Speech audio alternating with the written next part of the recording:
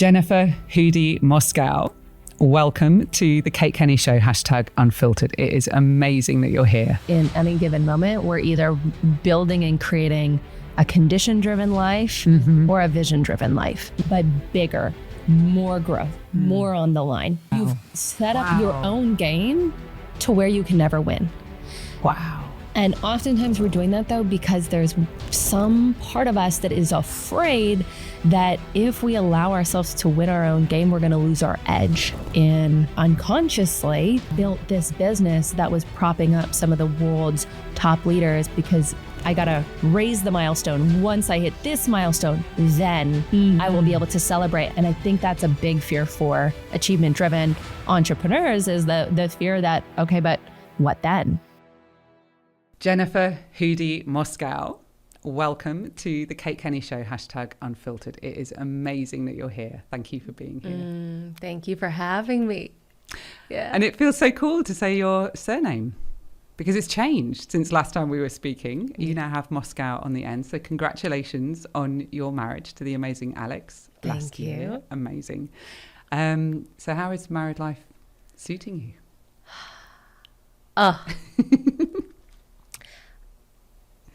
I had a feeling things were going to shift, and they totally have. We've been together 8 years. Okay.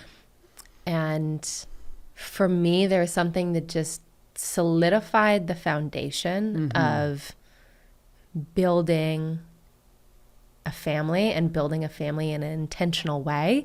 I don't know if this is like primal or just the way my brain typically works. I'm always a long-term thinker, but all of the decisions that I make now since getting married are through the filter of, is this in service of our family and our future children? And I've been curious of like, okay, is that something that just typically happens for women where it's like, okay, yeah, we're building and creating something for the long term. And how do we want to build it? So that's so beautiful. And that so ties into your work. And I was reading your website again this morning just before we're having this interview. And there was a quote on your website. And it's one of the reasons I've got this notebook here, because there were a couple of things I just wanted to jot down and note down and bring to you. Something you say on your website is, we're here to help leaders create the story of their future and bring it to life. So number one, I really deeply hear you sharing that in terms of your personal life and your marriage. And I know that you help leaders not just craft a vision or the story of their future for business, but also their personal life. And in fact, having been in some of your experiences, I absolutely love that about your work, that you support leaders really bring to the forefront their personal life. So this piece you're sharing personally about family and what does this mean for the future and what am I doing now? So there's just something magical about creating the story of our lives. Like from this point forward, what does that future look like? So can you share a little bit more about what that means to you and about the work that you do? You work with some incredible leaders across many fields, business, sport, different industries. So can you speak a little bit more to that? What does that mean, create a story and weave that in? Yeah. And so in the work that I do in the world and the organization that I run, it's all around this premise that in any given moment, we're either building and creating a condition-driven life or a vision-driven life. And what I found after leading over 3,500, much more at this point, very successful leaders through our vision-driven process is there's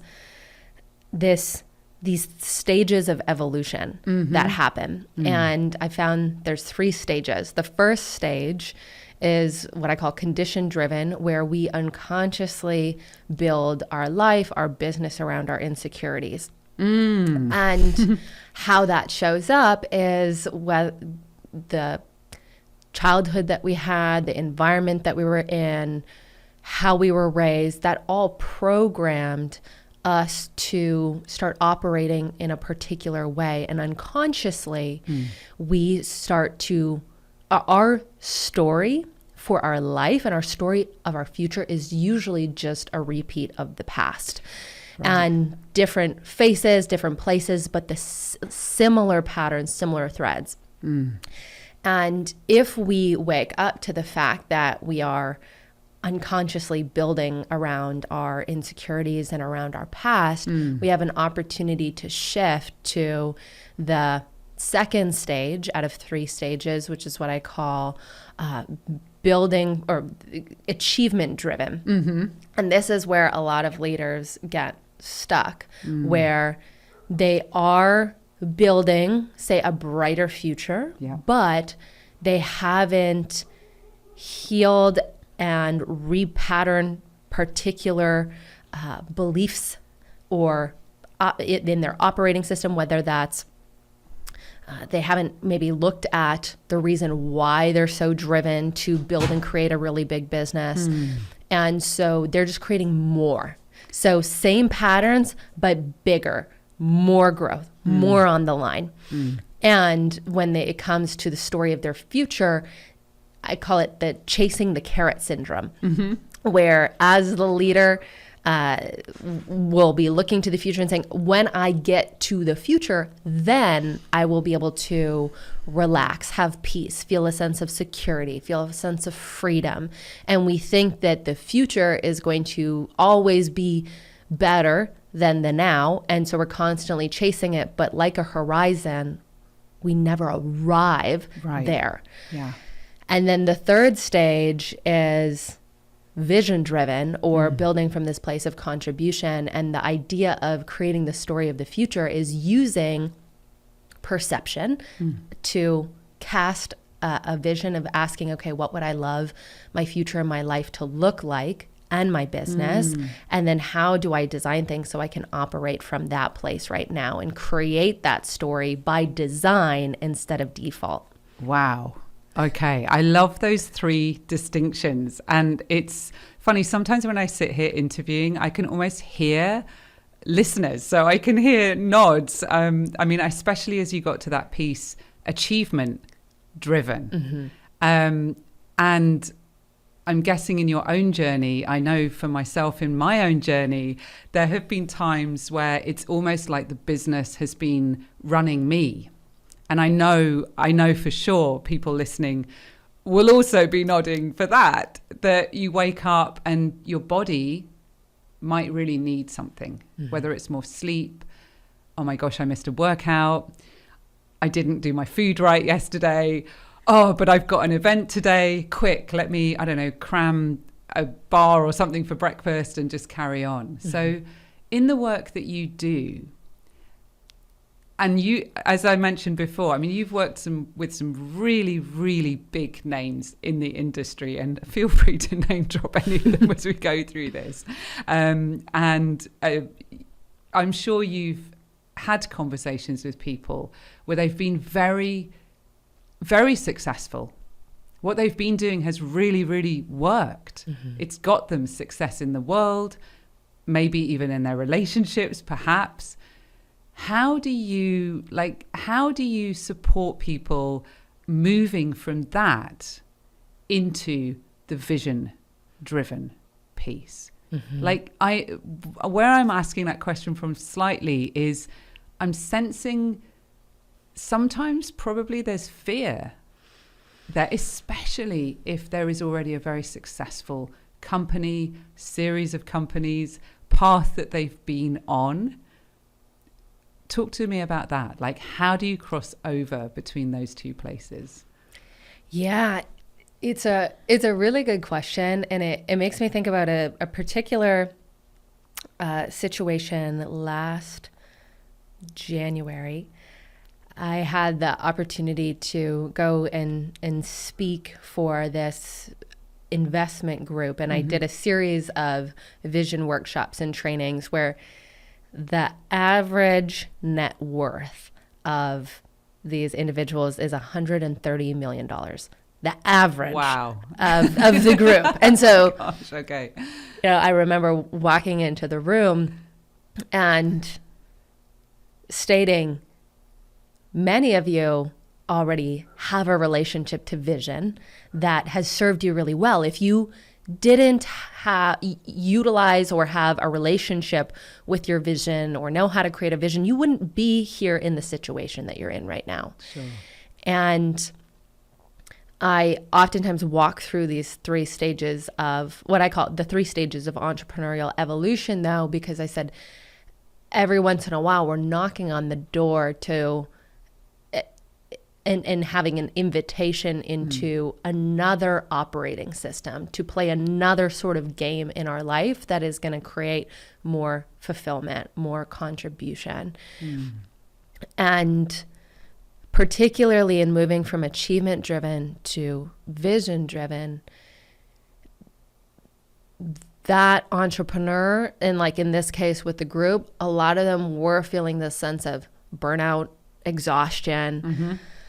Like, man, I've been working the last decade or 2 decades or 3 decades, and there's something that is missing. Yeah. And what will oftentimes show up is either a diagnosis or a wake-up call in their relationship or depression or anxiety. There's signs and signals from their body saying like, hey, we want more, like something's wanting to express. And so the shift is helping them to see that achievement driven is setting your achievement driven is you're creating your own game, but you're not allowing yourself to win. Wow. Say that again. You're creating your own game. Yeah. But you're not allowing yourself to win. Wow. You've set up your own game to where you can never win. Wow. And oftentimes we're doing that, though, because there's some part of us that is afraid that if we allow ourselves to win our own game, we're going to lose our edge. And this is big for highly driven people. And I'll speak for myself. In my own journey. I went, one of my first businesses I built was this company called Conscious Copy & Co. And it very quickly became one of the top copywriting and marketing agencies in the personal development and business space. And in my own journey, I noticed that I unconsciously built that business around my insecurities because there was a part of me growing up as a young girl that didn't feel seen, didn't feel heard, didn't feel like I had a voice in. So I unconsciously built this business that was propping up some of the world's top leaders, people like Tony Robbins and Brendan Bouchard and Dan Sullivan and JJ Virgin, and sharing and expressing their message and kind of being a conduit or a channel to share these really important messages, because there was a part of me that felt like, okay, here's me proving that I do have a voice, I can be seen, I can be heard. And then when I was able to notice that shifting to achievement driven, it was one of that, how that showed up was shifting my business to the work that I'm doing now, but also feeling like, okay, once I hit this milestone, then I can celebrate. And then I would hit the milestone and then say, yeah, but actually now I gotta raise the milestone. Once I hit this milestone, then I will be able to celebrate. And I constantly kept inching what success looked like forward and saying, once I get there, then I will be able to, until I realized I'm setting my own game, I'm playing my own game, but I'm not allowing myself to win, because there's part of me that feels like if I give myself the celebration, then I won't be as motivated. And I think that's a big fear for achievement-driven entrepreneurs, is the fear that, okay, but what then? Yes, that's so powerful. There are 2 or 3 thoughts that flew through my head as you were speaking that. The first, I had the deep pleasure of being with you this past few days on a deep vision-driven process and really working through that with you for myself in a room with other entrepreneurs as well. Very, very powerful experience. Highly recommend that, number one.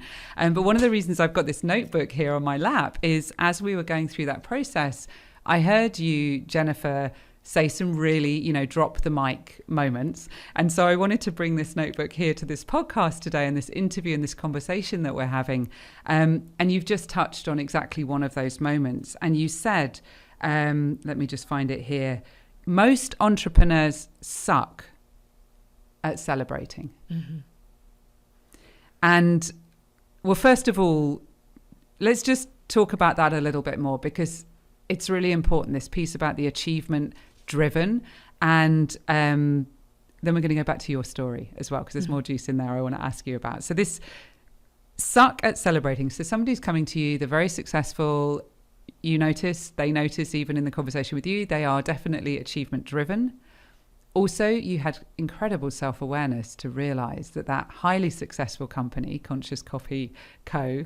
that you ran was based on condition driven. Mm-hmm. I mean, number one, I just want to acknowledge that. So now you're speaking to successful leaders, entrepreneurs who you spot very quickly, they're in this achievement driven place. And now through the conversation with you, they're probably realizing that themselves. Maybe they suck at celebrating. Like, what's one of the first things you do with them? Like, how do you change that? So it's really important to understand the importance of why celebrating is so important to begin with. Mm-hmm.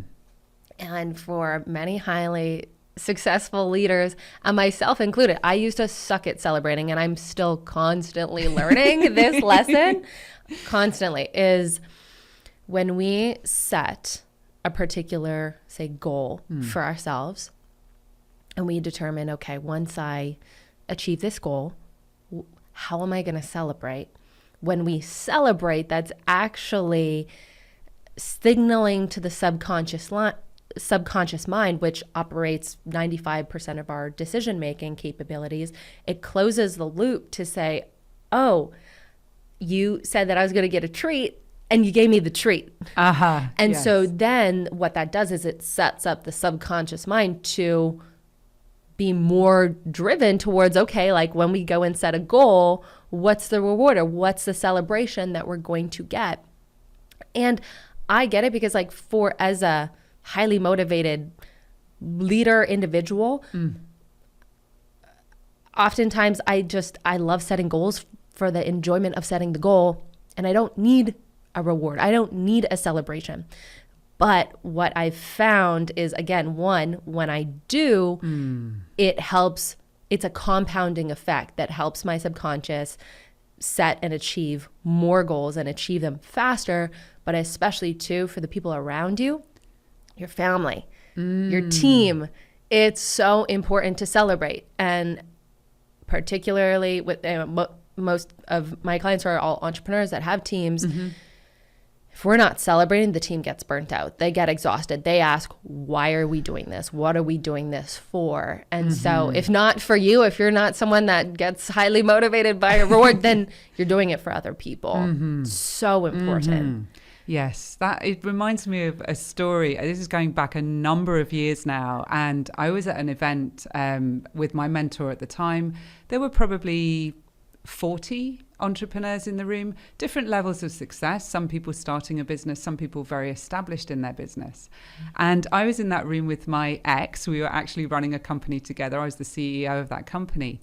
And our mentor asked a question in the room. And it was very simple. It ties exactly into what you're just sharing here, Jen. She said, by a show of hands, who in this room celebrates their successes in their business? And I remember this so clearly. I sat there, I put my hand up. I looked next to me, my ex also had his hand up. And then I looked around the room. There was not one other hand in the air. But that's not where the story stops, because shortly after that exercise, we went into a break. And in that break, one of the ladies in the room, one of the participants, came up to me personally, and she looked at me and she was really excited. And I was like, oh, what's she going to say? What's she going to say? And she said, Kate, I realized in that moment, you and your ex, well, she didn't say your ex, obviously at the time, you were the only people who had your hand up. She said, and then I realized something else. Out of everybody in the room, the two of you were bringing in the most revenue in your business. And then one of the reasons she was so excited is she said, oh, you'd be proud of her, I think, Jen, at this point. She was like, I've decided if I take nothing else from this whole retreat, the thing I'm going to do is start celebrating my successes. And I was like, yay. So I love that you're really, really honing in on this. And it is so true, that piece about the subconscious. And I love that you brought in the team there as well. And again, that's one of those moments psychically, I can hear people listening to this podcast going, I might be burning out my team. Yeah. It's a thing. And yourself too. Because if you're Yeah. constantly running and not taking time to take a pit stop on the cross-country journey to whatever it is that you're realizing, and stopping to fan the flame on those wins and rest, burnout creeps in so fast. Yes. And that's so one of true. the things I'm adamant about, because again, I mean, so much of what I teach has been my own journey and consistently is. And with the leaders I support, it's like, how do we build in rest and how do we build in celebration ahead of time? Because if you don't design it intentionally, life will put it in for you, particularly with the rest. And I just had a conversation with a leader about this recently who said, you know, I have such a difficult time taking rest and taking time off. And I said, well, if you don't put it in, life will put it in for you. And usually in burnout, exhaustion, getting sick, some sort of crisis. Yes, that absolutely happens, doesn't it? It really, really does happen.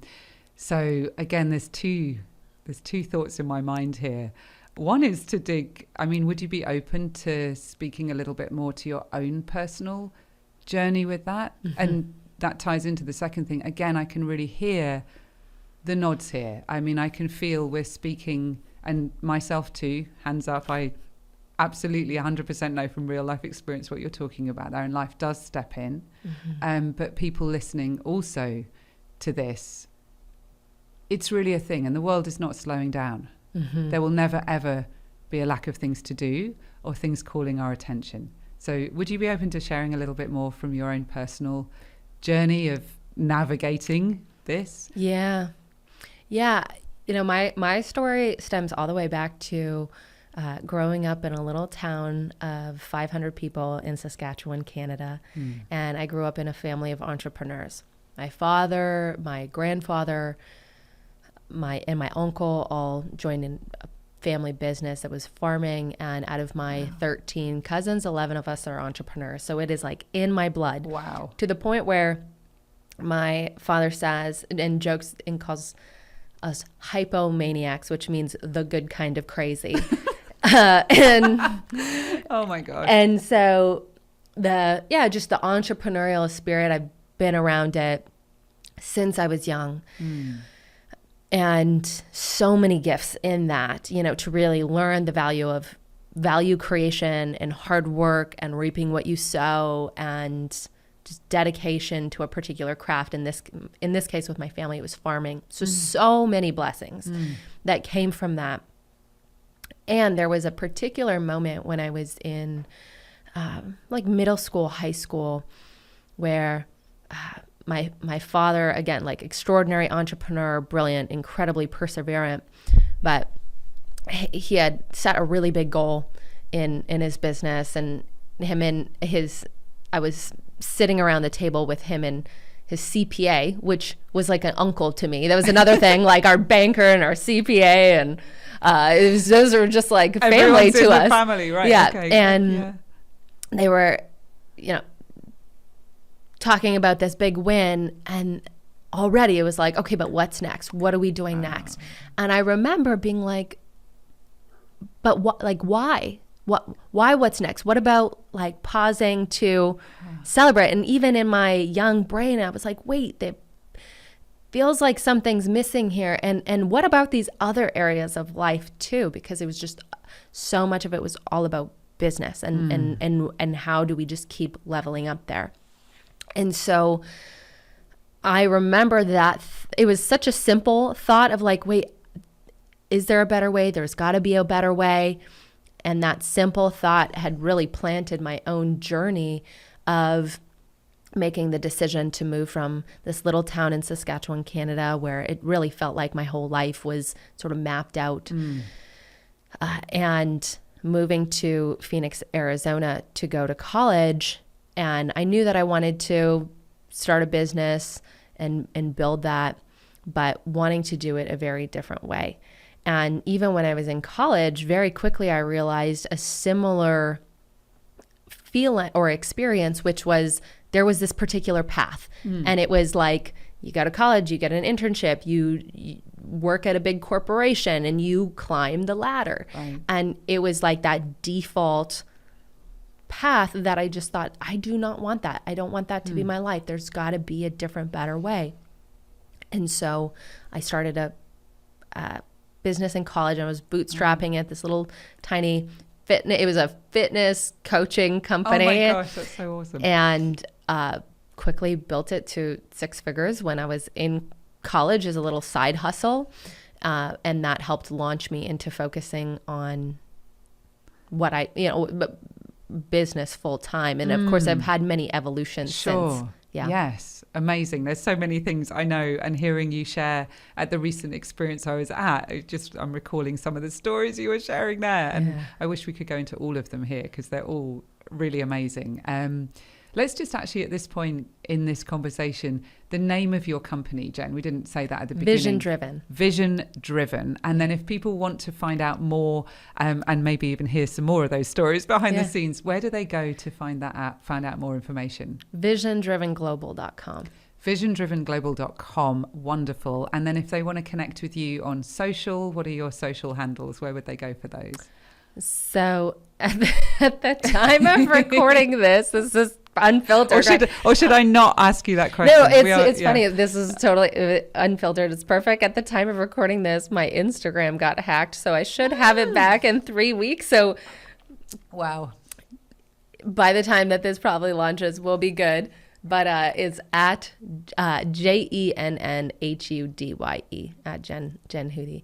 At Jen Hudye. Yeah. Great. Okay. Yeah. And yes, by the time you're listening to this, you should be able to go there and it will all be back up and running. And hopefully there isn't like crypto offers or something like that. If there's any sort of crypto offers, my God. that is not me. Jennifer. It's not Jennifer. Yes, don't hit on any of those. Don't click the links. That's really funny that you just said that, because on this podcast particularly, we talk a lot about the messy and magical path of navigating uncharted territory. And honestly, we're in a world where, I mean, shit happens. Let's just call it like it is, right? Whether it's a social account or whether it's our own personal backstory as well. But you know what's funny? So this is a just side note of life is always, one of my beliefs is life is always speaking to us, always. Yes. And it's up to us to have the awareness to really listen. And so even in that situation, I was frustrated and disappointed for like a day because it was a pain in the butt. Sure. I had to hire a company that, was going to help us get it back. But then I said, okay, what's here for me? And I realized I had literally been saying that I wanted to do like a social detox for January. I kid you not. And I had been like saying, okay, only 20 minutes of social media per day. And I'm not going to lie, like I was finding ways to do, look at it a little bit more. But I was like, this is not something that I want going into the new year. And so, of course, that's amazing. Life did it for me. Yes. And so once I realized that, I was like, okay, this is perfect. It's always working out. What a great example of speaking your future into existence. Yeah, exactly. Really, really fast. Well, words matter, right? Words literally turn into matter. And so if you're ever looking for feedback on, okay, what are my thoughts around this? What are we speaking into existence? That is so true. I remember years ago, I worked with an entrepreneur who'd written some books, and one of her books was around intention setting, and she helped other people do that. And I'm going to shorten the story, make it really, you've just totally prompted that memory in my head. So she'd been to this woman's apartment. They lived in Switzerland, and one of the things this woman wanted was to attract a man into her life. And she phoned up my friend, the entrepreneur, the client I was working with, and it was like, something's wrong. This is 3 weeks after they'd done their work. And it's exactly to your point, Jennifer, that words matter. Like, really be careful what you say. And the lady I was working with, her name was Lucy, and she said, well, what's wrong? And she said, I've had 3 dates in the last 2 weeks. And she hadn't had any dates before that. Lucy said, well, that's fantastic. What's wrong? She said, no, they're all married. Oh my gosh. And so Lucy said, well, hang on a minute. Let's go back and look at what you wrote down. You know what she'd written down? What? I want a husband. Oh my gosh. So they reworked it, and then she actually ended up with somebody, and that's the end of the story. But I was like, that just popped in my head. You have to be so careful what you wish for. I would like a social detox. Yeah. Okay. Yeah. Perfect. Bye, Instagram. Yeah. Let's see, you know? Yeah. I that piece where you're like, oh my gosh, hashtag now I've got to focus on this and sort this out, or you've got to bring somebody in to help you. Yes. Mm-hmm. But I love how magical you approach, the way you approach life is so magical. Because that was fast. Yeah, for a day, sure. But then, oh my gosh, what a cosmic joke. Yeah. What a cosmic joke. Yeah. And you can't squeeze in any extra minutes if it's not even there. available it's to you. It's not even available there. Yeah. I'm looking down at my questions, and which is partly, again, why I have this with me, because I was really feeling into you and being with you for the last few days.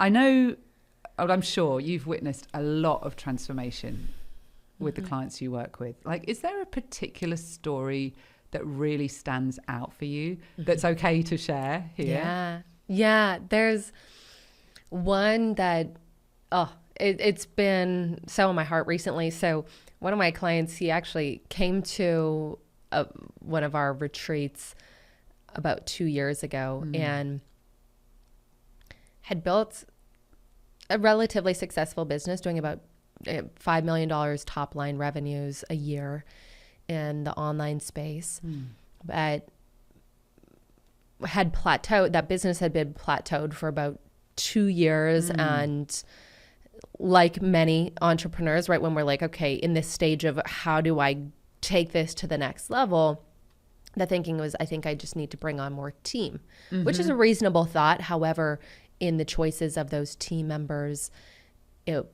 some of them weren't aligned to the vision and the company, or had the skill sets in order to help grow it. And there wasn't a clear vision for the company to begin with. And so it really ate up into the profit margins. And I remember him telling me that he would go into his office and not want to be there, like not want to be in his own company. Wow. And I've heard that many times from some entrepreneurs where they're like, I don't want to show up to the team meeting. I don't want to hang out with these people that are dedicating their lives to the mission, but for whatever reason, in their choice of hiring, it doesn't feel expansive. And so he came to the retreat, young guy, has a wife, awesome little baby girl. And he said, I'm afraid that my best days are behind me. Wow. And that's a scary thought. That's huge, yeah. Well, for anyone, but especially when you're young, thinking, man, like, was that as good as it was going to get? Because a lot of the fast growth that he had was very quick and exciting and exhilarating for a lot of us entrepreneurs. We get excited about that building phase. And so over the course of going through our process, he really got clear that, wow, my future does not need to look like my past. Okay. And that's a distinction of kind of like the huge. Achievement driven to vision driven. And he ended up designing a future that he really loved through our process, getting really clear of what did he want his health to look like, his relationships, his business.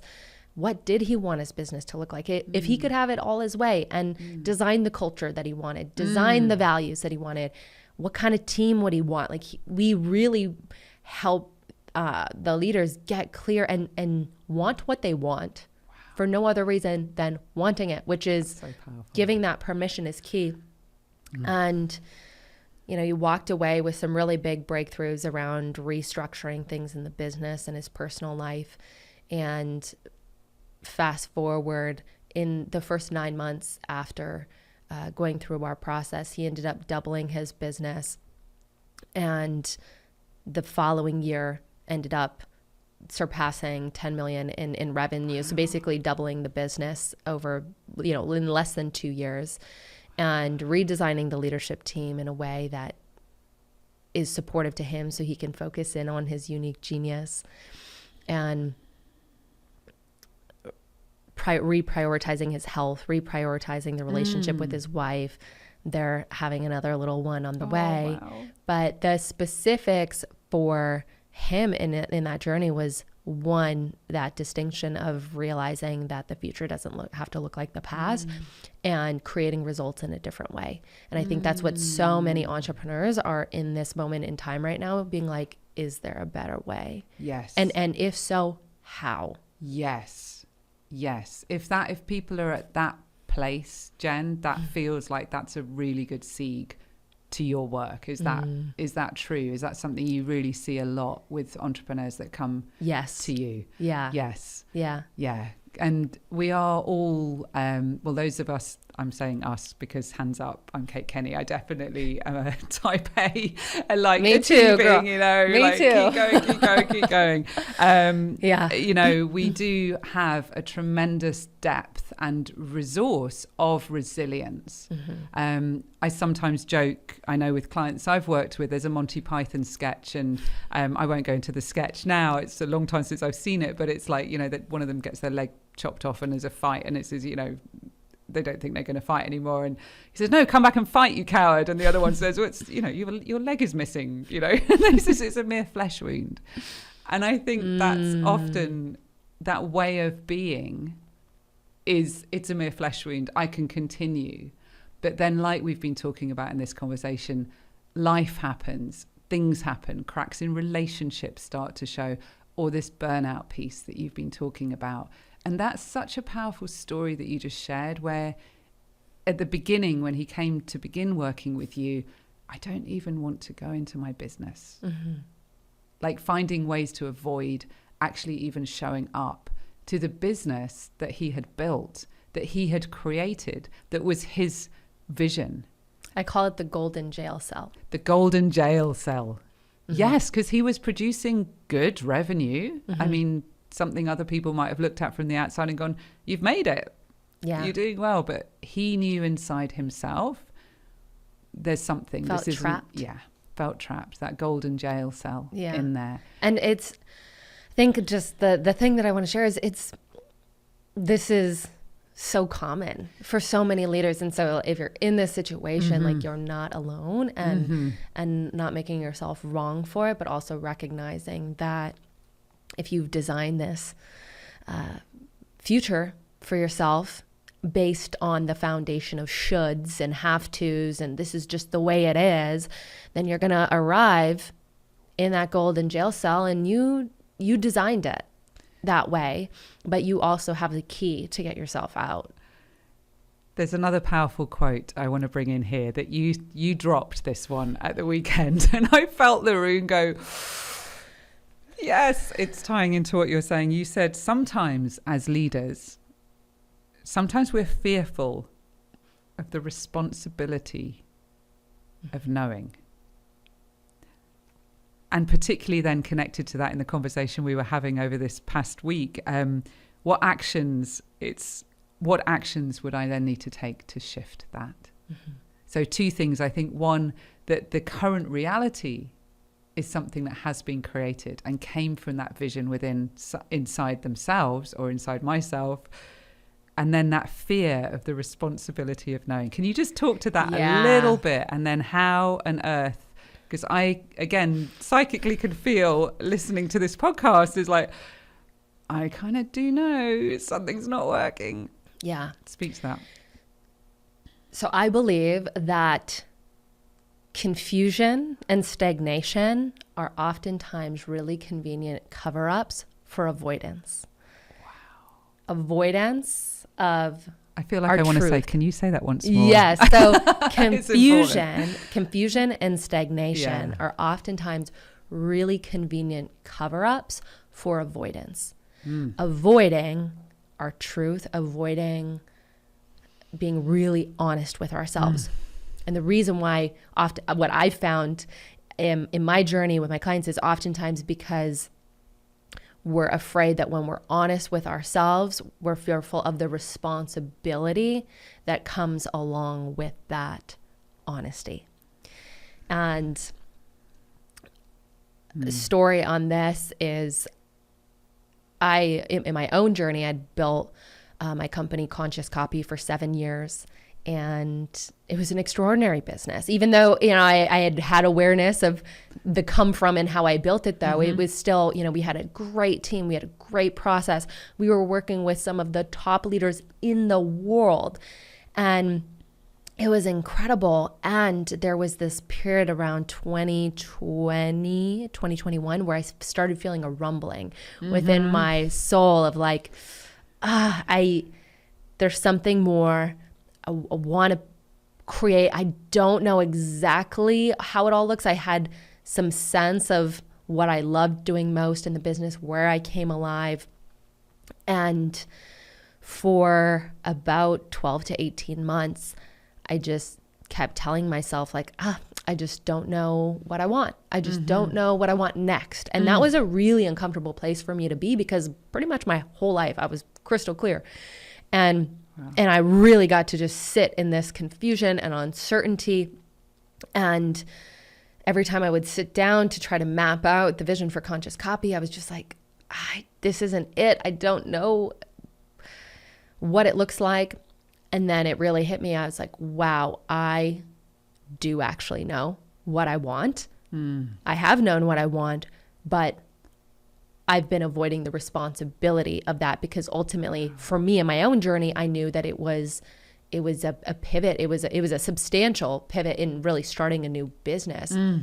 And what was going to come along with making that shift was going to be really hard conversations, letting go team members that I, believed in me, believed in my vision, were dedicated to the business. It would be having hard conversations with clients. It was going to be making, restructuring business entities and all of the like logistical and tactical things that come along with that. And it was also going to be kind of like an identity death for me. Wow. And I was like, oh yeah, I can see how there was a part of me that was like, don't go there yet. Let's not ruffle those waters. Yeah, because that's going to be a lot of work, until it became so uncomfortable and so unbearable that I was like, I got to do this. Wow. And did you, I'm guessing this is true, did you take yourself through your own process of what is the vivid vision calling me forward now? Yeah, well, I took myself through my own process, but the gift in that was I had to go through such an initiation that I came out of it with so many tools that I had to take myself through that then I was able to share with clients, because so much of our work up until that point was like assuming that people are clear of the vision. And that had been my own journey. But I realized, there's a lot of leaders and entrepreneurs coming to us that aren't clear. Oh, that's and so powerful. I didn't have really potent tools to help them. And so, of course, life designed this perfect curriculum for me to go in and really get particular nuances of how to gain clarity. And so that was, a next cut in the work that then I got to share with our clients. That's so beautiful. That is such a powerful distinction too, that you don't have to be clear. That there are these nudges, there's these rumblings, there's these, something isn't quite feeling right. This isn't what I want to keep doing, but it isn't that it goes from that to I'm really clear. Boom, I'm completely clear. So to have that distinction is really powerful. And thank you for doing that work. Thank you for being willing to tell the truth on yourself and really take on that responsibility and navigate through, and we haven't gone into it here in this conversation, but those difficult conversations, first of all, internally, number one, but then actually externally as well. So I'm going to ask 2 more questions here. And one, in a moment, we'll get to that one, is one I always ask at the end of every single interview on the Kate Kenny Show. But first of all, if somebody's listening to this conversation right now, Jen, maybe particularly from that last piece of the conversation that we just had, it's just poked a little bit, just nudged, something's not feeling great. Let's also imagine that this is somebody who really does have, to the outside world, success, like the client you were speaking about a short while ago.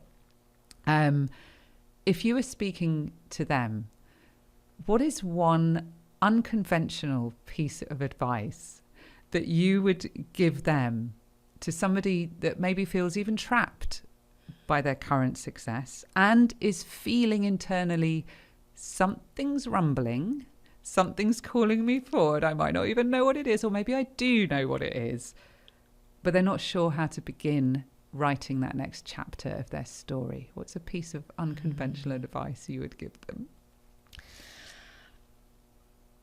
A mentor of mine that I've studied with for years, her name's Mary Morrissey. And she has a quote that the content of our life is the curriculum to our evolution. Wow. The content of our life is the curriculum to our evolution. And so for that person who's maybe sitting and they're stuck and they're stagnant, what's going to create more of the stuckness, more of the stagnation, more of the confusion is the resistance to what is right in front of you. And what I believe to be true, and what I found on my own journey in leading thousands of leaders through this work, is that what's in front of you is the exact curriculum required for you to see it through on the other side. Wow. It's like the saying that within the problem is the seed of the solution. And so actually looking at whatever's in front of you and thinking, okay, this is good news. There's something here for me. And let me look at it with curiosity of what I'm either choosing not to see or be aware of, or, really need to know for my own evolution in what's next. And if you face it, that willingness is what's going to help you begin to move through the process. Beautiful. But the avoidance of it is just going to keep exacerbating and keeping the poking holding that pattern. thing. Yes. And more things will show up too, I would imagine, at that point. To try to and get show your you, attention. Yes, to try and get your attention. Yeah. Absolutely. Yeah. I can deeply, deeply relate to that myself in my own journey too. Okay. Are you ready for the final question? Ready. Jennifer? So this is a question that I ask at the end of every single show, as I said earlier, and it's this question. So feel free, keep your eyes open. You can even close your eyes if you want to feel into this. So, and finally, when everything else falls away, expectations, fear, resistance, what does your soul whisper is next?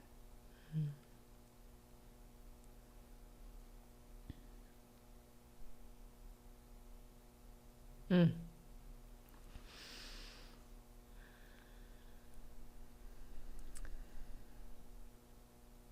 really satisfied to say that it's a continuation of what I'm currently doing and creating, which is really planting the seed of possibility in leaders' hearts around designing a vision and a story of their future that they're in love with.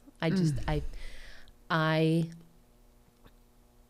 feel like my creator, God, source, has planted on my heart to be a steward of the work of vision. And I know there's many other leaders in the world that are doing this work, and I think it's so important that there is more, but we're in a time in a moment in history where I think self-leadership around designing our future is so important, and I feel so grateful and so honored to be a steward of bringing this work in a much bigger way.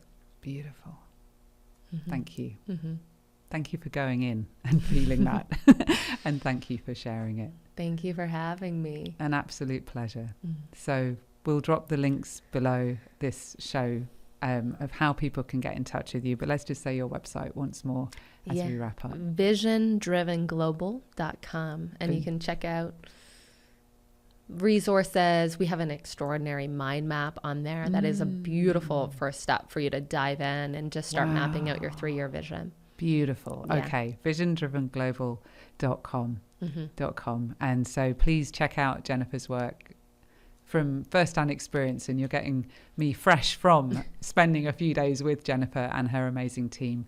Go check it out. And the mind map, I can attest to, is a really great starting place. Jennifer Hudye-Moscow, thank you so much for being here on the Kate Kenny Show, Unfiltered. Thank you. See you soon. Thanks for tuning in. I am so grateful we got to spend this time together. To instantly know about new episodes dropping, be sure to subscribe to the Kate Kenny Show #Unfiltered on Apple Podcasts, Spotify, or wherever you listen. And if you enjoyed this episode, do please leave a review, especially if you listen on Apple Podcasts. This will help more people access what's shared here. If you really loved this episode, take a screenshot on your phone and share it on social media. Tag me at @TheKateKenny and I'll be sure to reshare your post. Remember, when you dare to go unfiltered, everything changes. Thanks again for listening. Keep shining that bright light of yours into the world, and I'll see you next time.